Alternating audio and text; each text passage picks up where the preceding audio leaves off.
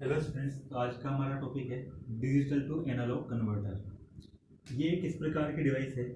ये एक इस प्रकार का डिजिटल डिवाइस है ना। डिजिटल डिवाइस है जो कि क्या काम करता है, डिजिटल सिग्नल को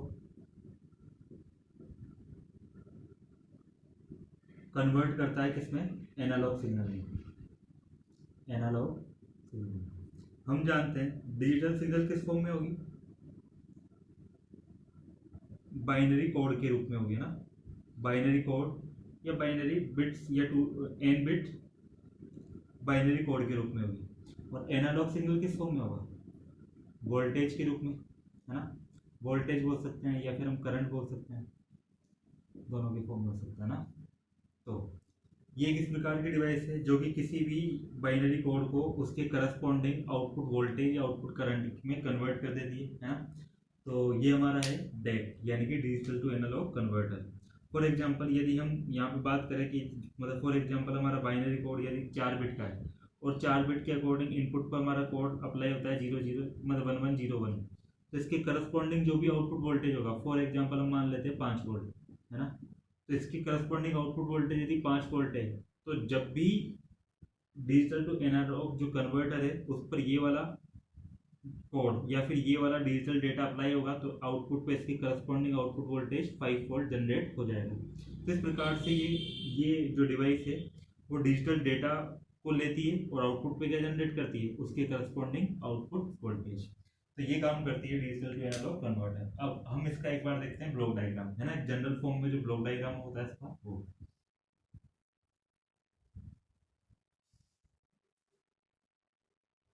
तो देखिए यहाँ ब्लॉक डायग्राम में हमारे पास है ये हम बोल सकते हैं इसको n bit digital to analogue converter, DAC. देखिए क्योंकि ये n bit digital to analogue converter है तो इसका मतलब जो इनपुट डिजिटल डेटा होगा वो कितने बिट का होना चाहिए, एन बिट का होना चाहिए। यानी कि क्या काम कर रहा है, एन बिट के डिजिटल डेटा को एनालॉग वोल्टेज में कन्वर्ट कर रहा है ना। तो यहाँ पर हमारे पास इनपुट कितने बिट का है, एन बिट का डिजिटल डेटा है, डिजिटल डेटा वर्ड, ठीक है। डिजिटल डेटा वर्ड है, ठीक है। इसको हम एन बिट बाइनरी कोड भी बोल सकते हैं ना, जो कि इसमें जा रहा है। और उसके करस्पॉन्डिंग हमारे पास आउटपुट पे क्या जनरेट हो रहा है, एनालॉग वोल्टेज वी नॉट, ठीक है। इन बिट्स को यदि हम नाम दें तो पहली बिट को मैंने नाम दे दिया B1, फिर दूसरी को B2, फिर तीसरी को B3, B4 और इस तरह से लास्ट वाली को BN। जो हमारी सबसे यहाँ पर है तो उसको मैंने मान लिया ये LSB बिट है, और जो B1 है वो हमारी कौन सी है, MSB बिट, ठीक है। तो ये हमारा जनरलाइज ब्लॉक डायग्राम हो गया। अब देखिए यहाँ पे एन बिट का हमारे पास यहाँ पे डिजिटल डेटा वर्ड है, तो एन बिट के अकॉर्डिंग यहाँ पे नंबर ऑफ कॉम्बिनेशन कितने बनेंगे, यानी कितने यहाँ पर कॉम्बिनेशन हो सकते हैं या नंबर ऑफ लेवल कितने हो सकते हैं ना। तो यहाँ बोल सकते हैं नंबर ऑफ लेवल इनपुट पर, है ना। इनपुट के नंबर ऑफ लेवल कितने हैं, या इसी को हम बोल सकते हैं कॉम्बिनेशन, जो हम जनरली बोलते हैं कॉम्बिनेशन कितने बनेंगे। तो हमें पता है कितने बनेंगे, 2 n, इतने कॉम्बिनेशन बनेंगे। तो यानी कि हमारे पास इनपुट पर कॉम्बिनेशन कितने हैं, 2n। 2n कॉम्बिनेशन कैसे होंगे, सबसे पहला कॉम्बिनेशन 0, फिर उससे अगला वाला, फिर उससे अगला वाला, फिर उससे अगला वाला, और ऐसे करते करते सबसे लास्ट में जब सारी बिट 1 1 1 1 1 1 हो जाएगी। ये जीरो का मतलब तो क्या है, जब सारी बिट पूरी एन बिट कितनी है, 0 0 0 0 0 0 वाली। और सबसे लास्ट वाला जो कॉम्बिनेशन होगा कौन सा होगा, जब सारे ही 1 हो जाएंगे, ठीक है। तो इनके बीच में हमारे पास टोटल 2n बिट्स होंगे। अब ये क्या करता है, आउटपुट पे जो वोल्टेज जनरेट होता है इन अलग अलग कॉम्बिनेशन के करस्पॉन्डिंग अलग अलग वोल्टेज जनरेट होता है। जैसे सबसे पहला जो कॉम्बिनेशन होता है उसके लिए हमेशा कितना वोल्टेज जनरेट होता है, 0। और सबसे लास्ट कॉम्बिनेशन या सबसे लास्ट इनपुट लेवल जो होता है उसके लिए वोल्टेज कितना जनरेट होता है, उसके लिए वोल्टेज हमेशा मैक्सिमम वोल्टेज जनरेट होता है ना, मैक्सिमम वोल्टेज। आउटपुट पर हमेशा एक मैक्सिमम वोल्टेज जनरेट होता है, और इसी मैक्सिमम वोल्टेज को हम क्या नाम देते हैं, full scale voltage, full scale voltage. क्योंकि इस कॉम्बिनेशन के लिए हमेशा आपको सबसे मैक्सिमम वोल्टेज प्राप्त होगा, और इस मैक्सिमम जो आपको मैक्सिमम जो वोल्टेज प्राप्त हो रहा है यहाँ पर उसी को हम डीएसी का क्या बोलते हैं, फुल स्केल वोल्टेज, ठीक है। और सबसे पहले कॉम्बिनेशन को 0, मतलब सबसे पहले कॉम्बिनेशन ही सबसे पहले इनपुट लेवल जिसमें सभी इनपुट बिट जीरो है तो उसके करस्पॉन्डिंग वोल्टेज कितना मिलता है, 0 वोल्ट, है ना। अब इसके बीच में टोटल नंबर ऑफ आपके लेवल कितने थे, 2 n। तो आउटपुट वोल्टेज जीरो से यहाँ पर पहुंचने में स्टेप बाई स्टेप यहाँ तक बढ़ता है ना। मतलब फर्स्ट कॉम्बिनेशन के लिए कितना था, 0, उसके अगले वाले के लिए थोड़ा और बढ़ेगा, फिर उसके अगले वाले कॉम्बिनेशन के लिए और बढ़ जाएगा, फिर उसके अगले वाले कॉम्बिनेशन के लिए और बढ़ जाएगा। तो दो मतलब ये एक इनपुट लेवल से दूसरे इनपुट लेवल पर जाने पर आउटपुट एनालॉग वोल्टेज में जितनी वृद्धि हो रही है, इसको मैं नाम दे देता हूँ डेल वी नोट, इतने की वृद्धि हो रही है ना। यानी कि पहले इनपुट लेवल से दूसरे इनपुट लेवल पर आने पर आउटपुट एनालॉग वोल्टेज में कितने की वृद्धि हो गई या कितने का इंक्रीमेंट हो गया, डेल वी नोट का। फिर उसके बाद जो इस यहाँ पर जो आपके पास इनपुट लेवल था, उसके बाद जब आप नेक्स्ट इनपुट लेवल पर आओगे तो नेक्स्ट इनपुट लेवल पर आने पर आउटपुट वोल्टेज के अंदर मतलब इस वाले मतलब यहाँ पर जो वोल्टेज प्राप्त हो रहा है यहाँ पे कितना प्राप्त हो जाएगा, डेल वी नोट। तो यहाँ से अगले वाले मतलब जो एनालॉग वोल्टेज होगा वो कितना ज्यादा होगा, वो वापस से डेल वी नोट ही ज्यादा होगा, तो यहाँ पे 2 डेल वी नोट होगा। इस तरह से जैसे जैसे हम इनपुट जो आपका लेवल है उसमें एक एक करके आगे शिफ्ट होते जाते हैं तो आउटपुट एनालॉग वोल्टेज में भी एक फिक्स्ड वैल्यू से एनालॉग वोल्टेज में क्या होता है, इंक्रीमेंट होता है। और ये फिक्स्ड वैल्यू ही हमारी क्या ये फिक्स्ड वैल्यू को हम क्या बोलते हैं, स्टेप साइज, है ना। स्टेप का मतलब स्टेप साइज का मतलब क्या हो गया कि जिस प्रकार से हमारी स्टेप्स होती है, जिस प्रकार से हमारी स्टेप्स होती है उसमें धीरे धीरे एक इंक्रीमेंट होता है ना। मतलब सबसे लोवेस्ट वैल्यू के मतलब सबसे मतलब जो आपका सबसे फर्स्ट लेवल था उसके ऊपर आउटपुट वोल्टेज कितना था, 0। जैसे हम सेकंड पर आएंगे ये हमारा क्या हो गया, फर्स्ट लेवल। जैसे फर्स्ट लेवल से सेकंड लेवल पर आएंगे तो हमारा आउटपुट एनालॉग वोल्टेज बढ़ जाएगा और बढ़ के कितना हो जाएगा, ये हो जाएगा डेल वी नोट। तो वृद्धि कितने की होगी, डेल वी नोट की। इसके बाद जैसे हमारा थर्ड लेवल पर आएंगे हम, है ना, थर्ड इनपुट कॉम्बिनेशन या थर्ड लेवल पर आएंगे तो वापस से इसमें कितने का इंक्रीमेंट हो जाएगा, डेल वी नोट का। तो ये कितना हो जाएगा, 2 del V naught. V naught मतलब डेल वी नोट पहले से था, डेल वी नोट और बढ़ गया तो 2 डेल वी नोट। अगला इनपुट कॉम्बिनेशन जब आएगा तो आपका एनालॉग वोल्टेज और बढ़ जाएगा और कितना बढ़कर कितना हो जाएगा, 3 डेल वी नोट। इस प्रकार स्टेप बाय स्टेप यहाँ पर आपके पास क्या हो रहा है, एनालॉग मतलब आउटपुट एनालॉग वोल्टेज के अंदर इंक्रीमेंट हो रहा है। और इंक्रीमेंट हो रहा है तो वो इंक्रीमेंट एक निश्चित वैल्यू से हो रहा है, यानी कि डेफिनेट वैल्यू से हो रहा है, जिसकी वैल्यू कितनी है, डेल वी नोट। और ये जिस वैल्यू से आउटपुट एनालॉग वोल्टेज में इंक्रीमेंट हो रहा है इसी को हम क्या बोलते हैं, स्टेप साइज, है ना। तो ये हमारी स्टेप साइज होगी ये, ठीक है।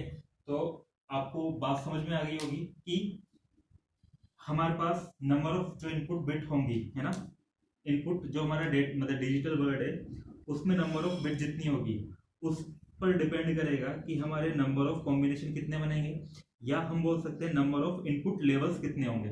तो कितने होंगे, 2n, ठीक है। कितने, सबसे पहला जो कॉम्बिनेशन है या सबसे पहला जो लेवल है जिसमें सभी बिट कितनी होगी, 0, तो उसके करस्पॉन्डिंग आउटपुट वोल्टेज कितना जनरेट होगा, 0।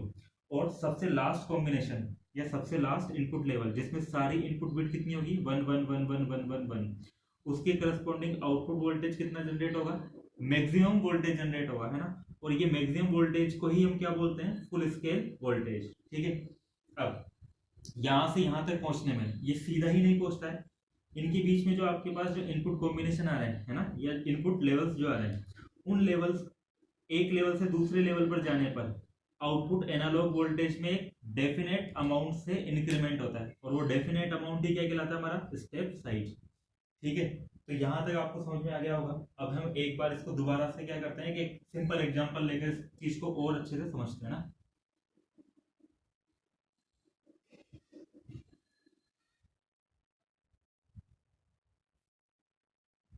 फॉर एग्जांपल हम यहाँ बात करते हैं किसकी, ठीक है, हम यहाँ बात करते हैं 2 बिट डेक की, डिजिटल टू एनालॉग कन्वर्टर की। 2 बिट का है ये, तो एक बिट ही हो जाएगी, दूसरी बिट ही हो गई। इसको मैंने नाम दे दिया B1, इसको नाम दे दिया B2, और ये आउटपुट वोल्टेज, ठीक है। ये हमारी MSB बिट है और ये हमारी LSB बिट है। तो इस चीज़ को रिप्रेजेंट करने के लिए मैंने यहाँ पे V1 और इसको V2 कर दिया। इनपुट लेवल्स बनाता हूँ कि कितने इनपुट लेवल्स होंगे, 0 0, ठीक है, फिर 0 1, फिर 1 0, लास्ट में कितना होना चाहिए 1 1, ठीक है। सबसे पहला जो इनपुट कॉम्बिनेशन होता है उसके लिए आउटपुट कितना जनरेट होता है 0, और सबसे लास्ट वाला कॉम्बिनेशन जिसमें दोनों बिट कितनी होगी 1 1, तो उसके लिए कितना जनरेट हो जाएगा फुल स्केल वोल्टेज या मैक्सिमम वोल्टेज, है ना। तो फुल स्केल वोल्टेज को मैंने नाम दे दिया VF, ठीक है, यहाँ तक ठीक है। इस जीरो को यदि मुझे लिखना है तो मैं इसको इस तरह से लिख सकता हूँ ना, 0/2⁻2 -1 इंटू VF। क्या मैं इसको इस प्रकार से लिख सकता हूँ? क्यों? VF को मैंने 2⁻2 -1 का भाग लगाया और फिर 0 से मल्टीप्लाई किया, क्योंकि 0 से मल्टीप्लाई किया है तो ओवरऑल वैल्यू 0 हो जाएगी। ऐसा क्यों कर रहे हैं? अभी हमें ये ऐसा हम इसलिए कर रहे हैं ताकि हम यहाँ से स्टेप साइज पता कर सकें, है ना। स्टेप साइज मतलब एक इनपुट कॉम्बिनेशन से दूसरे इनपुट कॉम्बिनेशन पे जाने पर स्टेप साइज कितनी आ रही है, यानी कि आउटपुट एनालॉग वोल्टेज में कितने की वृद्धि हो रही है, वो चीज पता करने के लिए हम इसको इस फॉर्म में जमा रहे हैं ना।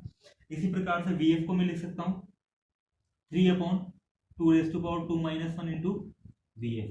क्यों? क्योंकि 2⁻2 का मतलब 4, और 4 में से 1 जाएगा तो 3, तो 3/3 कितना हो जाएगा 0, तो ये ओवरऑल कितना रहेगा VF ही रहेगा। अब देखिए ये फर्स्ट इनपुट कॉम्बिनेशन के करस्पॉन्डिंग आउटपुट एनालॉग वोल्टेज है, तो नेक्स्ट वाले के लिए कितना होगा, किसी डेफिनेट वैल्यू से वृद्धि होगी। देखिए यदि हम दोनों के अंदर देखें तो VF/2⁻2 -1 तो दोनों में सेम ही है, तो इस फर्स्ट कॉम्बिनेशन के लिए ऊपर कितना है 0, यहाँ पे 3, तो अगले वाले कॉम्बिनेशन के लिए यहाँ कितना होगा ऊपर 1, फिर अगले वाले कॉम्बिनेशन के लिए ऊपर कितना होगा 2। तो इस वाले कॉम्बिनेशन की यदि हम बात करते हैं कितना होना चाहिए 1/2⁻2 -1 इंटू VF, और इस वाले कॉम्बिनेशन की बात करें तो यहाँ पे कितना होना चाहिए 2/2 -1 इंटू VF। अब आप यहाँ पर देखिए फर्स्ट इनपुट कॉम्बिनेशन से सेकंड में जाने पर कितने की वृद्धि होगी VF/2 -1 की, फिर सेकंड इनपुट कॉम्बिनेशन से थर्ड में जाने पर वापस से कितने की वृद्धि होगी, क्योंकि ये इसका ठीक दुगना ही है, तो मतलब दोनों का डिफरेंस निकालोगे तो वापस से ये आएगा। यहाँ से यहाँ तक जाने पे ये 3 टाइम्स है 2 टाइम्स है, तो डिफरेंस करोगे तो वापस ये आएगा। तो इसका मतलब यहाँ से स्टेप साइज कितनी होगी VF/2 -1, ठीक है। यहाँ पे 2 यहाँ पे क्या था, देखो हमारे पास नंबर ऑफ बिट कितनी थी 2, तो 2 की घात में कितना गया 2। यदि नंबर ऑफ बिट 3 होती तो 2 की घात में कितना जाता 3। यदि नंबर ऑफ बिट 4 होती तो 2 की घात में कितना जाता 4। अगर जैसे फॉर एग्जाम्पल इसी प्रकार से यदि नंबर ऑफ बिट n है तो हमारी स्टेप साइज कितनी बनेगी VF/2 बात समझ में आ रही है? तो इस प्रकार से हमारे पास, तो इसका मतलब यहाँ से आपको एक चीज और समझ में आ रही होगी, यदि पहला कॉम्बिनेशन है, पहला कॉम्बिनेशन का मतलब यदि दोनों ही आपकी 0 है ना, ये वाली बिट भी 0 है और ये वाली बिट भी 0 है, दोनों बिट 0 है, तो उस स्थिति में आपको आउटपुट जो वोल्टेज है वो कितना प्राप्त होगा 0, ठीक है। इसी प्रकार से अगर देखिए यहाँ पर देखिए यदि LSB बिट कितनी थी B2, यदि B2 1 है और बाकी सब 0 है ना, B2 यानी कि LSB बिट कितनी है आपके पास 1, LSB बिट 1 है और बाकी सब 0 है, तो इसके करस्पॉन्डिंग जो आपको आउटपुट पर एनालॉग वोल्टेज प्राप्त होगा वो स्टेप साइज के बराबर ही प्राप्त होगा, ठीक है। इसी प्रकार से जस्ट अगला वाला जो बिट है ना, यानी कि इसके जस्ट अगले वाली जो बिट है LSB से जस्ट अगले वाली बिट B1, इस वाले केस में ये MSB होगी। अगर केवल ये वाली ही 1 है और बाकी सब 0 है, यानी कि ये वाली 0 है, तो उस वाली स्थिति के अंदर आपके पास आउटपुट एनालॉग वोल्टेज कितना प्राप्त हो रहा है इतना, और इसका मतलब ये कितना है 2 multiplied by step size, step size का दुगना प्राप्त हो रहा है ना, ठीक है। और जब दोनों ही 1 हो गया तब कितना होना चाहिए, देखो अगर ये 1 होता, अगर LSB बिट केवल 1 होती, केवल मैं इसको देखूं तो इस वाली बिट के अकॉर्डिंग कितना प्राप्त होना चाहिए स्टेप साइज के बराबर, और जब मैं केवल अकेले इस वाली बिट को देखता हूं तो इसके अकॉर्डिंग कितना प्राप्त होना चाहिए 2 इंटू स्टेप साइज। अब ये तो दोनों ही एक साथ प्राप्त हो रही है तो दोनों को ऐड कर देंगे, तो step size plus twice of step size बराबर कितना हो जाएगा 3 इंटू स्टेप साइज, तो यहाँ पे 3 गुना ही प्राप्त हो रही है ना। तो इस प्रकार से हम यहाँ पर निष्कर्ष पर पहुंच जाते हैं। तो निष्कर्ष क्या है यहाँ से, सबसे पहली बात डिजिटल टू एनालॉग कन्वर्टर के लिए जो स्टेप साइज होगी वो स्टेप साइज कितनी होगी, यदि हम n बिट के डिजिटल टू एनालॉग कन्वर्टर की बात कर रहे हैं तो स्टेप साइज होगी हमारी full scale voltage VF/2 n-1, ये हमारी क्या होगी स्टेप साइज, ठीक है। अब दूसरा निष्कर्ष हमारे पास क्या पूछता है, एक बार इसको रफ करके दोबारा हम यहाँ पर निष्कर्ष लिखते हैं कि यहाँ से हमें क्या पता लगा। देखिए, यदि हम बात करते हैं n बिट के डेक के लिए, तो इसके लिए क्या क्या प्राप्त हुआ, इससे हमें पता चला जो स्टेप साइज है, ठीक है, वो स्टेप साइज कितनी होगी हमारे पास, वो स्टेप साइज होगी VF फुल स्केल वोल्टेज और अपॉन में 2n और -1, ये स्टेप साइज होगी, ठीक है। हम n बिट्स को मैं यहाँ पे रिप्रेजेंट कर देता हूँ, यहाँ पे B1 B2 B3 और इस तरह से लास्ट में Bn, ये हमारा n बिट डेटा वर्ड है। n बिट का ये क्या है, इनपुट डेटा वर्ड, जिसमें ये क्या हो गई, MSB बिट हो गई और ये वाली LSB बिट हो गई, ठीक है। अब देखिए, हमने अभी देखा था यदि B1 जो हमारी LSB बिट है वही 1 हो और बाकी सब कितनी होनी चाहिए, 0, बाकी सब 0, केवल LSB बिट पर ही हमारा 1 प्रेजेंट है, तो इसके करस्पॉन्डिंग आउटपुट जो वोल्टेज होगा वो कितना प्राप्त होना चाहिए, आउटपुट जो एनालॉग वोल्टेज है वो कितना प्राप्त होना चाहिए, स्टेप साइज के बराबर, स्टेप साइज के बराबर ही हमारे पास आउटपुट मतलब एनालॉग वोल्टेज प्राप्त होना चाहिए। फिर LSB से जस्ट अगली वाली बिट यदि 1 होती है, LSB से जस्ट अगली वाली बिट यदि 1 होती है और बाकी सब 0 होती है, ठीक है, तो उस वाले केस में हमारे पास आउटपुट जो एनालॉग वोल्टेज प्राप्त होना चाहिए वो कितना प्राप्त होना चाहिए, 2 मल्टीप्लाइड बाई स्टेप साइज, इसके 2 कर देते हैं ना, और यहाँ पे V0 था तो V0 को मैं लिख सकता हूँ 2 0, ठीक है। फिर अगर तीसरे नंबर की जो बिट है, LSB से तीसरे नंबर की जो बिट है, अगर ये 1 है और बाकी सब कितनी है, 0, एक बार में हम केवल एक ही बिट को यहाँ पे 1 करके देख रहे हैं ना, उन लेवल्स की बात करें, तो इसके करस्पॉन्डिंग हमें आउटपुट जो एनालॉग वोल्टेज प्राप्त होगा वो कितना प्राप्त होना चाहिए, 2 देखिए, सबसे पहले के लिए 2 0, फिर अगले के लिए 2 1, फिर अगले के लिए 2 से मल्टीप्लाई हो जाना चाहिए क्या, स्टेप साइज, इस तरह से वोल्टेज प्राप्त होना चाहिए ना। इसी प्रकार से जस्ट आगे चलते जाएंगे, देखिए ये पहली बिट थी तो ये कौन सी बिट होगी, NB बिट है। इसी प्रकार से सबसे लास्ट में जब NB बिट 1 है और बाकी सब कितनी है, 0, तो इसके करस्पॉन्डिंग कितना मिल जाना चाहिए, V0 मिलना चाहिए हमें 2 देखिए, जब पहली बिट पर था 1 तो मतलब स्टेप साइज कितने से आपका स्टेप साइज कितना मिला, स्टेप साइज हमें मतलब यहाँ पे स्टेप साइज कितने से मल्टीप्लाई हुआ, स्टेप साइज मल्टीप्लाई हुआ 2 पहली बिट पे था तो 2 दूसरी बिट पर 1 था तो 2 तीसरी बिट पे 1 था तो 2 इसका मतलब क्या हुआ, जितनी नंबर बिट पर आपका 1 प्रेजेंट है घात में कितना जाएगा, उससे 1 कम, तो NB बिट पर यहाँ पर 1 प्रेजेंट है तो यहाँ घात में कितना जाएगा, n-1 into step size.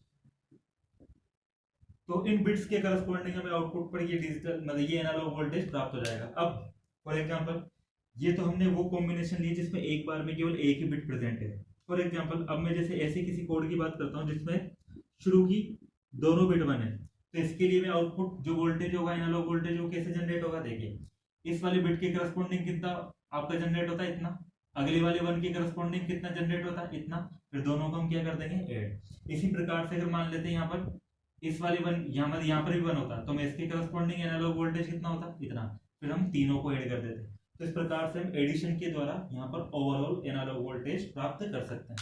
I hope आपको यहाँ तक ये बात समझ में आ गई होगी किस प्रकार से हम यहाँ पर एनालॉग वोल्टेज जनरेट कर रहे हैं, है ना।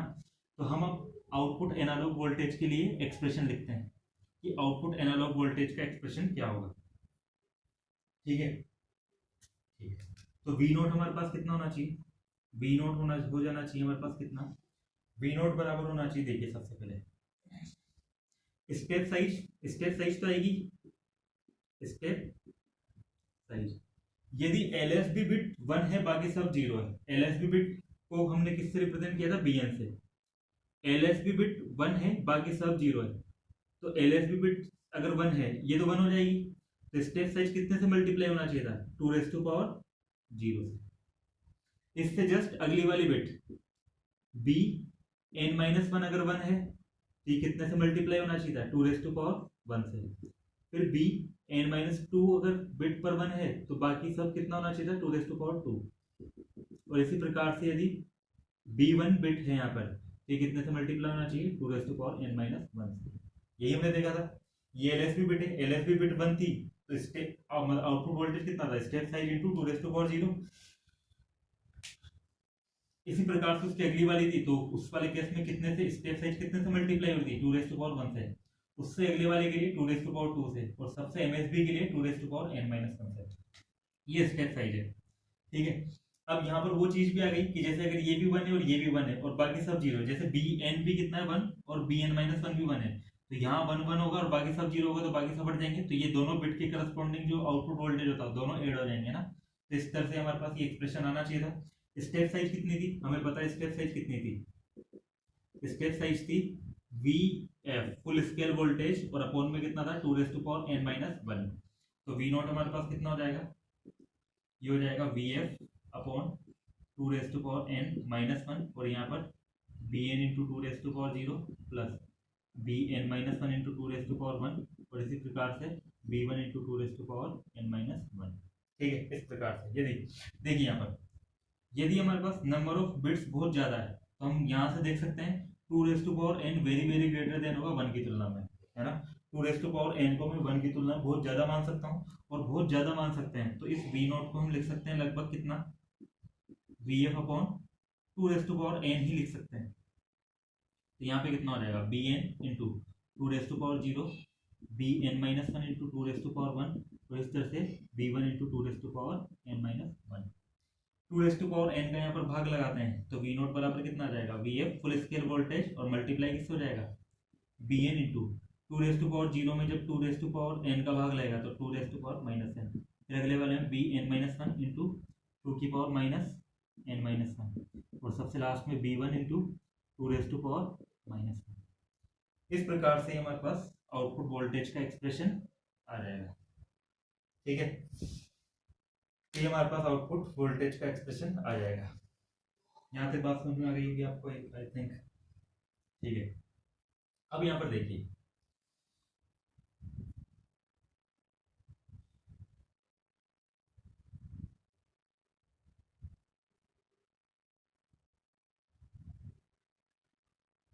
यहाँ पर देखिए वी नोट को मैं वापस से यदि लिखूं तो वी नोट कितना मिल रहा है, V F b n into 2n।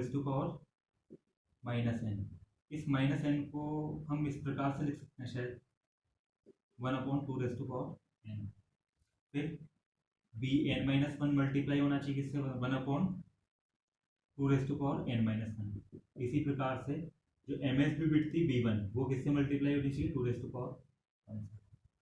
इस प्रकार से। तो यहाँ से यहाँ पर देखिए ये हमारी बिट, ये bn क्या थी, एलएसबी बिट थी इनपुट कोड की, और b1 क्या थी, एमएसबी बिट। तो यहाँ पर देखिए यहाँ पे ये हर एक बिट आपके पास इनपुट बिट है ना। अब देखिए ये bn के साथ क्या मल्टीप्लाइड में ये, तो ये चीज क्या कहलाती है, एलएसबी बिट का वेट। ये चीज क्या कहलाएगी, n-1th, यानी कि एलएसबी से ठीक आगे वाली n-1th बिट का वेट।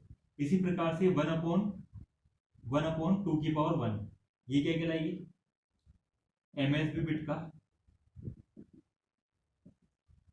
वेट, ठीक है। तो यहां पर ये क्या करा, तो हमें आउटपुट वोल्टेज जो प्राप्त हो रहा है वो इनपुट डिजिटल डेटा की बिट्स के वेटेड फॉर्म में प्राप्त हो रहा है ना, इन बिट्स के वेटेड फॉर्म में प्राप्त हो रहा है, मतलब प्रत्येक बिट के साथ अलग अलग वेट मल्टीप्लीकेशन के अंदर है। तो वेटेड फॉर्म में है, तो हम यहाँ पे इस वेटेड फॉर्म का रिलेशन किसके द्वारा करते हैं, वेटेड रजिस्टर के द्वारा, वेटेड रजिस्टर के द्वारा हम इसका वेटेड रजिस्टर्स के द्वारा हम यहाँ पर इसको रियलाइज करते हैं। वेटेड रजिस्टर का मतलब क्या होता है, डिफरेंट डिफरेंट वैल्यू के रजिस्टर्स का हम उपयोग करेंगे, और रजिस्टर का उपयोग इस प्रकार से करेंगे कि b1 1/2 से मल्टीप्लाई हो, bn -1 1/2n-1 से मल्टीप्लाई हो। इस प्रकार से हम इसका उपयोग करेंगे, है ना। तो हम फाइनली अब इसका एक सर्किट डायग्राम डिजाइन करते हैं जो कि इस प्रकार से होगा ना।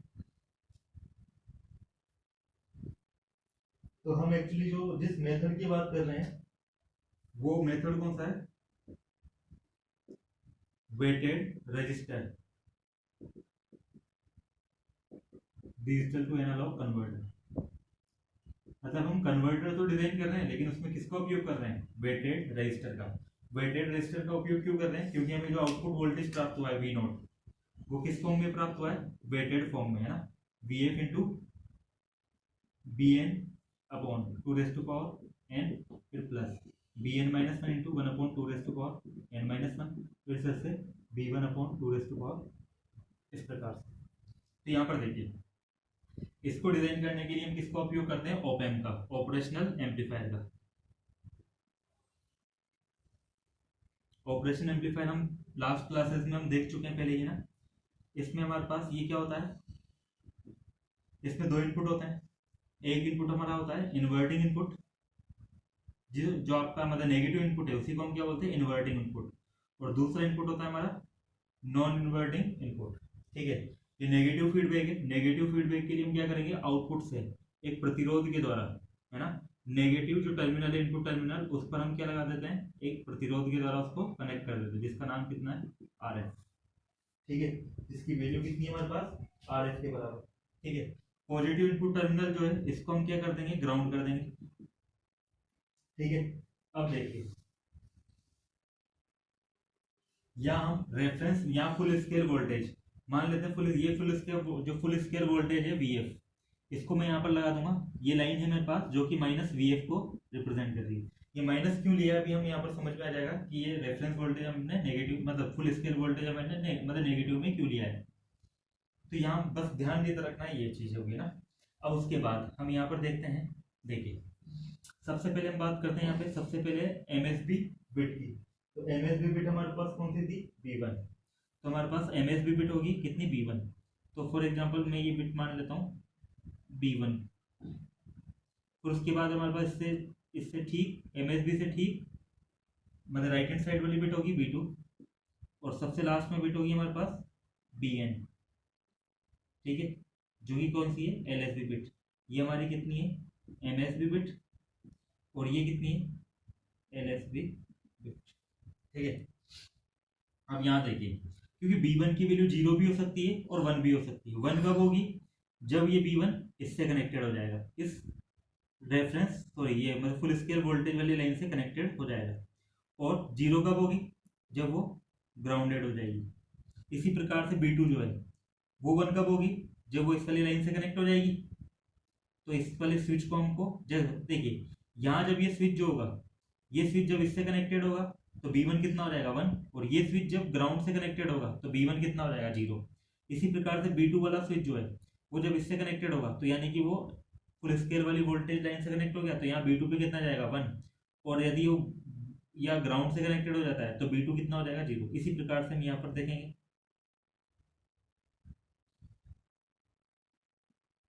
ठीक है, तो ये जो हमने यहाँ पर मतलब ये जो सिस्टम लगाया है, ये यहाँ पे इनपुट बिट्स के लिए 1 0 के लिए यहाँ पे यूज में लिया ना। अब देखिए, B1 का वेट कितना था? 1/2। और LSB का वेट कितना था? 1/2 की पावर n। तो क्योंकि हमारी जो MSB बिट है B1, उसका वेट कितना? 1/2। तो इस 1/2 वेट मतलब वेट को रियलाइज करने के लिए हम यहाँ पर एक प्रतिरोध लगाएंगे, है ना। थोड़ा सा हम इसको आगे शिफ्ट कर देते हैं, एक मिनट, इसको थोड़ा सा हम आगे शिफ्ट कर देते हैं। मैं इसको ओपन को थोड़ा सा आगे ले जाता हूँ। ये हमारा आउटपुट वोल्टेज वी नोट, ये इन्वर्टिंग इनपुट और ये non inverting input. Non inverting input को मैंने मतलब यहाँ पे क्या कर दिया? ग्राउंड कर दिया। यहाँ पे नेगेटिव फीडबैक देने के लिए एक रजिस्टर का उपयोग कर लिया हमने, जिसको हम फीडबैक रजिस्टर RF बोल रहे हैं। F का मतलब यहाँ पे क्या है? फीडबैक, है ना। ये फीडबैक रजिस्टर है हमारा। अब देखिए, ये B1 को रियलाइज करने के लिए यहाँ पर हमें एक रजिस्टर की आवश्यकता होगी, जिसकी वैल्यू कितनी होनी चाहिए? देखिए, B1 का वेट कितना था? 1/2 तो मैं यहाँ पे इसको एक प्रतिरोध दूंगा R, और R को मल्टीप्लाई कर दूंगा 2 की पावर 1 से। इतने वैल्यू का मैं एक रजिस्टर ले रहा हूँ। B2 का वेट कितना होगा? B1 का वेट 2 है, तो B2 का वेट कितना होगा? 1/2 की पावर 2। 1/2 की पावर 2 है, तो इसके लिए जो रजिस्टर हम यहाँ पे काम में लेंगे वो कितना होगा?